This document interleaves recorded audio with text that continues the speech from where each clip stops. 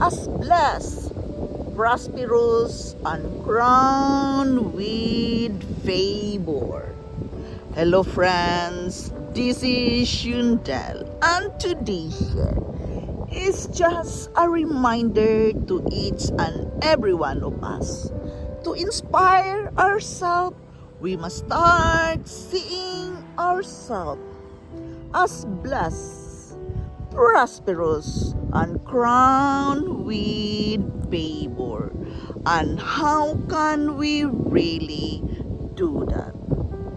As it says in James 1:23-24, if someone listens to God's word but doesn't do what it says, he is like a person who looks at his face in a mirror, studies his picture, goes away, and immediately forgets what he looks like.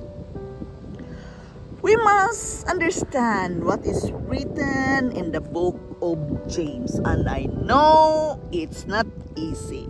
We must read the scripture. We must understand what is written in the scripture in order for us to apply it in our life. We must look ourselves the right mirror.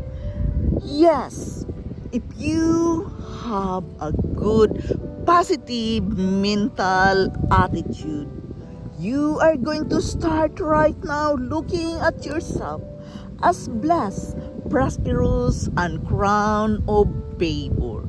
You can only see these things on yourself when you begin to be grateful for all the things you are blessed. All the things that you have in front of you right now, and be grateful for that. It won't not happen overnight, but if you count your blessings, start from the beginning, what you have been through, how you were being blessed, it becomes easier for you to understand what is written in James 1:23-24. What God says about you is the true image that you need to keep in front of you. You are not defined by people or by your past, by how you were raised, or by what it didn't work out by your past. You are defined by your Creator. You are defined by God. When you look in the mirror, you must see yourself that you are God's child. You are defined by your Creator. When you look in the mirror of God's Word, you'll see that you are valuable, talented, confident, favored, blessed, and worthy. You have to see it on the inside before it will happen on the outside. You will start seeing yourself as whole, as free, as forgiven and clean, as redeemed and restored. Yes, to comfort ourselves in our day-to-day life, we must see ourselves as blessed, prosperous, and crowned with favor.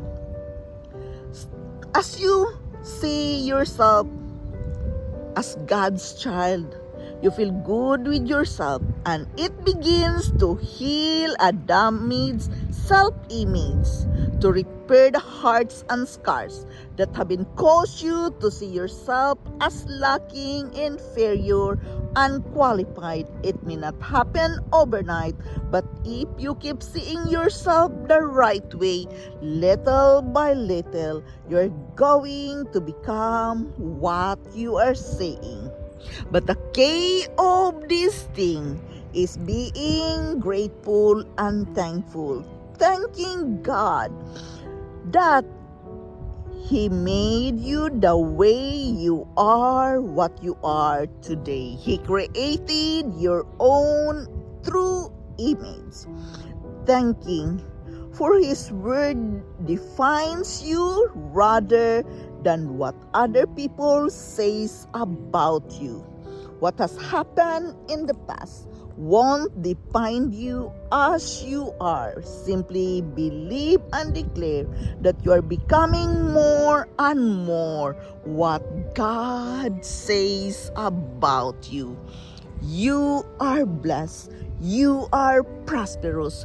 You are crowned with favor. Use that in your day-to-day life. Use that to conquer the world.